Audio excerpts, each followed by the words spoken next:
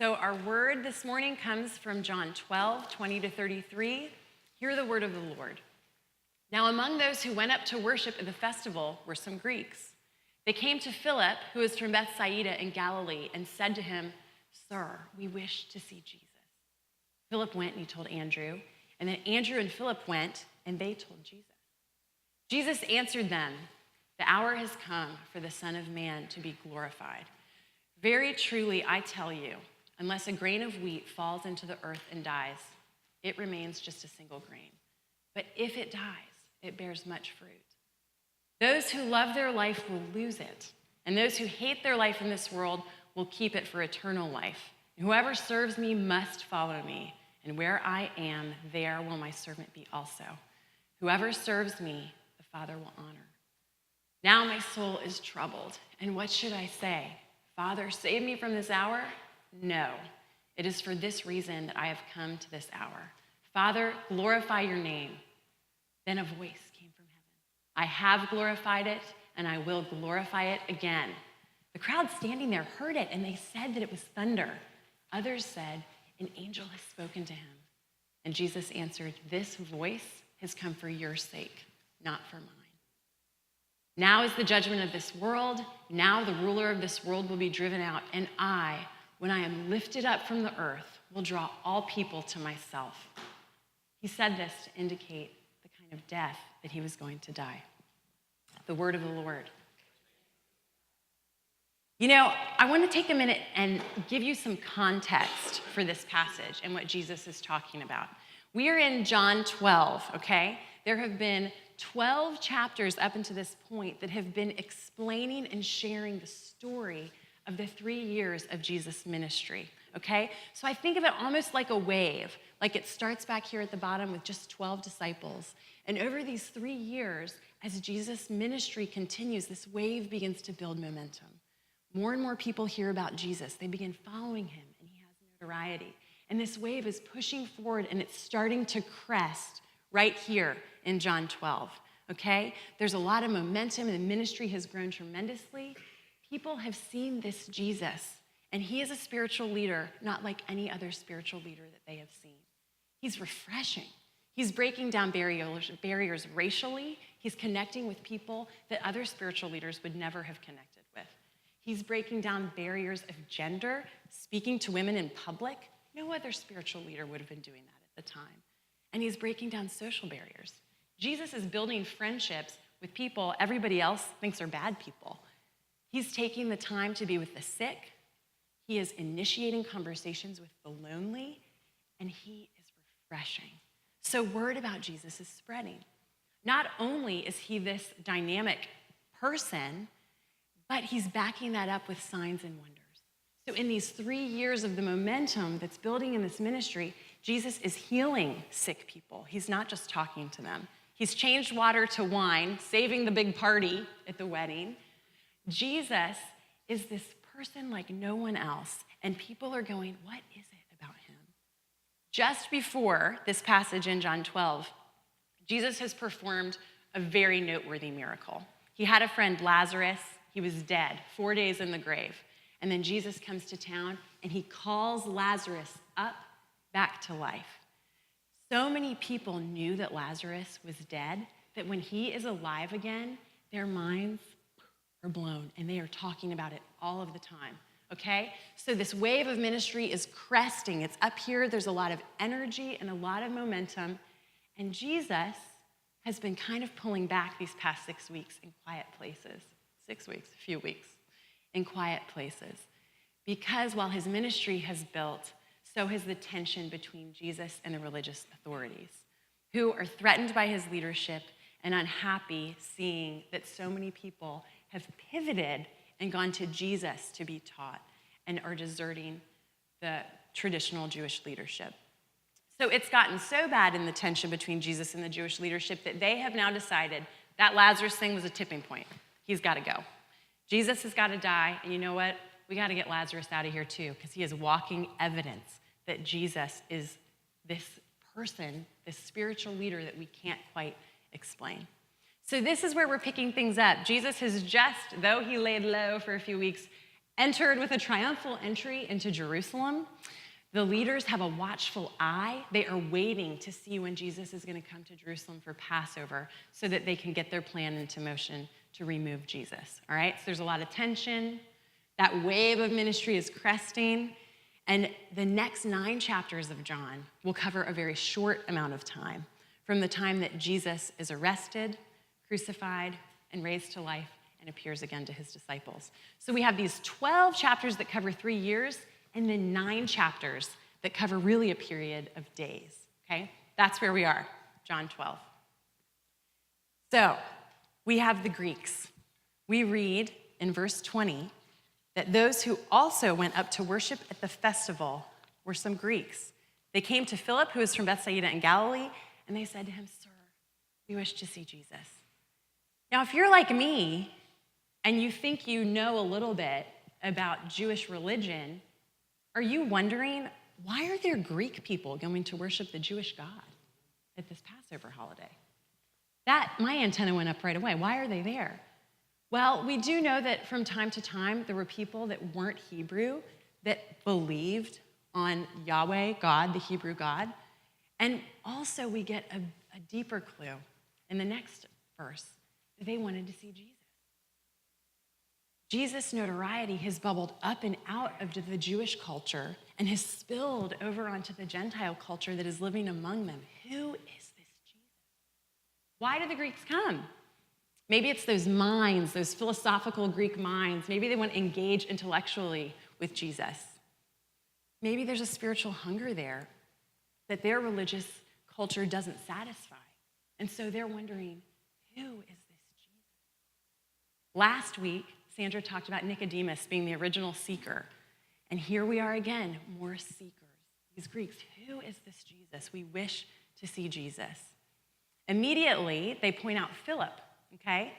Philip is a disciple of Jesus. A bit about him. He's been around since the beginning. He was one of the very first that Jesus called. And John tells us in John 1 that Philip immediately believed that Jesus was the Messiah. As soon as Jesus called him to follow, he said, "I'm in." And then he went to find his friend Nathanael, and he said, "The one the scriptures have been talking about, he's here, the Messiah is here. You've got to come. Come and see who he is." So Philip's belief runs deep. He's been with Jesus these 3 years. He's seen miracles. He's seen Jesus have conversations like with the Samaritan woman, the well, what's going on. But he's also been with Jesus in the boring stuff, like the mundane sitting around, maybe Jesus is tired and grumpy stuff, you know? He knows Jesus, and his belief runs deep.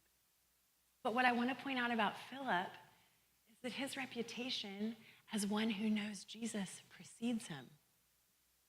Isn't that cool? The Greeks seek out Philip. They know that he is one who is with Jesus. I love that mark of a disciple, knowing that that person has been with Jesus. And so there's a hospitality about Philip. He's approachable, and they ask him to facilitate their introduction to Jesus. So Philip gets Andrew, go over to Jesus. "Hey, Jesus, there are some people here. They'd like to meet you." Now, typically, I would expect a response to be something like, "Oh, sure," or "Nah, I don't really have time." Not with Jesus. Again, these mystifying things that Jesus says, "Hey, these people want to meet you.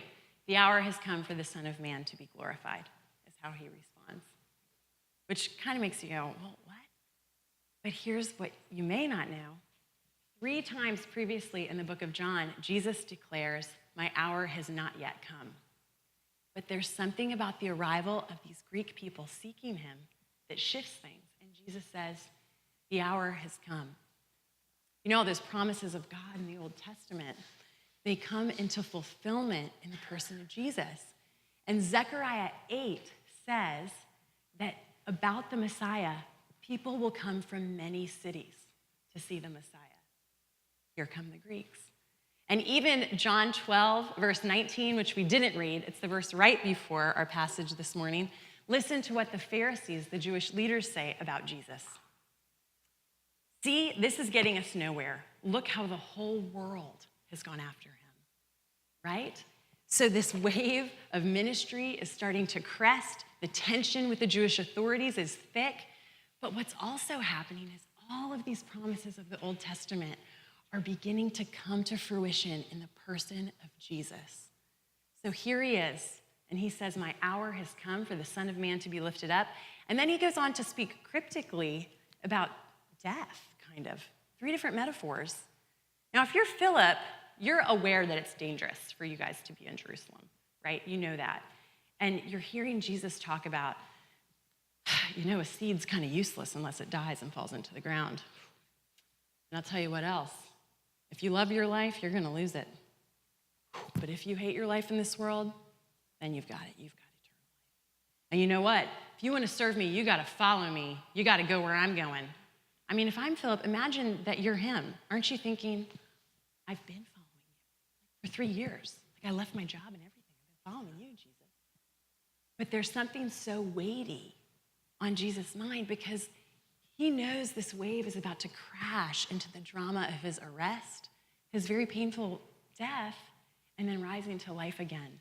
So he's got all of this going on in his mind and in his spirit. And to that point, he declares, now my soul is troubled.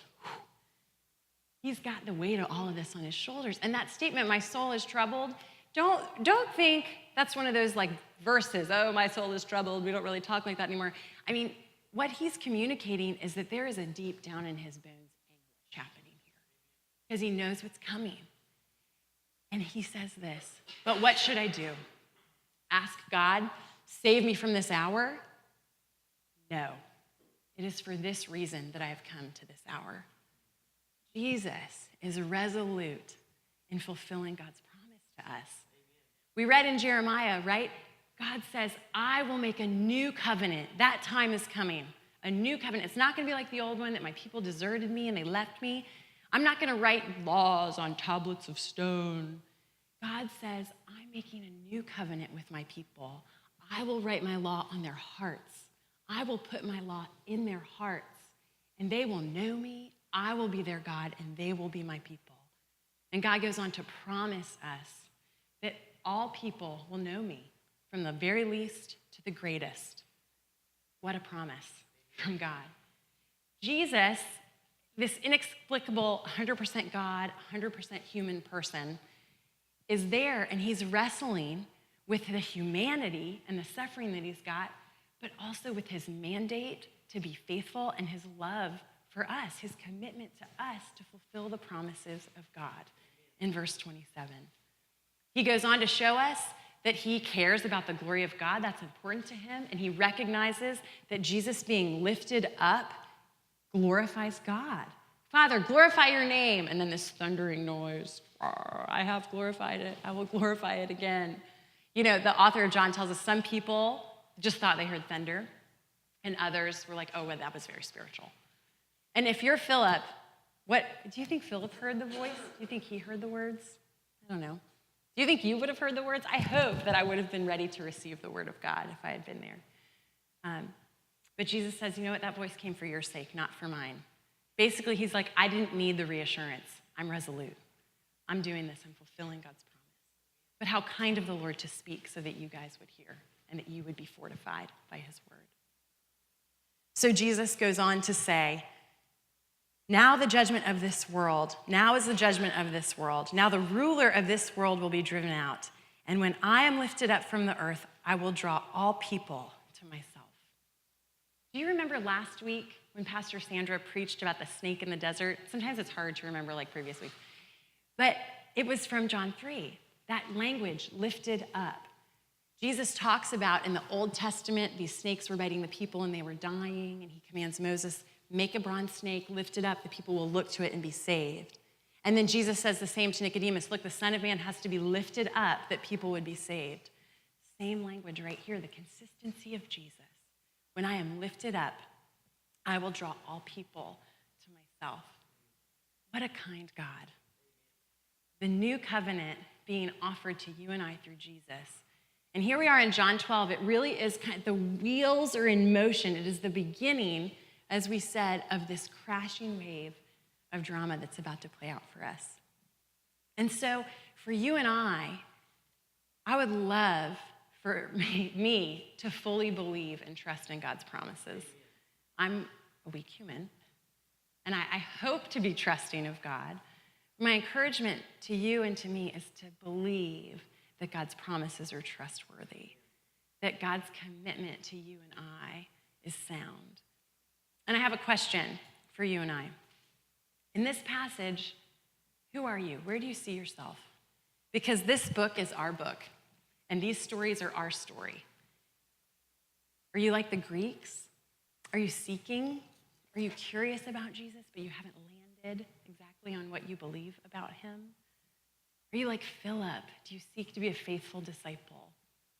How powerful if, as disciples of Jesus, our reputations preceded us. And the first thing people thought about when they heard our name was, oh, that person, they know Jesus. They belong to Jesus. They are approachable and hospitable. And you know, if I had questions about Jesus, I would trust that person to facilitate my introduction to him. How powerful if we sought and hoped and prayed that God would make us disciples like that. Maybe you're like Jesus. That's always a dangerous thing to claim. I'm like Jesus. But here's the thing. He finds himself in an excruciating situation, and he's tempted to bail on it. But instead, this deeper sense that God says follow through drives him, and he's resolute to stick it out. Maybe you're finding yourself in a situation like that. That's really hard. And you know what? If you had to choose, you wouldn't have chosen this situation for yourself. You would bail. But you have this deep sense that God is saying, stick it out. And for you, I just want to affirm that God's promises are true. And if you're sticking that thing out, you're doing it, that God's presence is yours. We are in the new covenant that comes together in the person of Jesus. And God's promises to you and I are strong and steady. Thank you for letting me share with you this morning.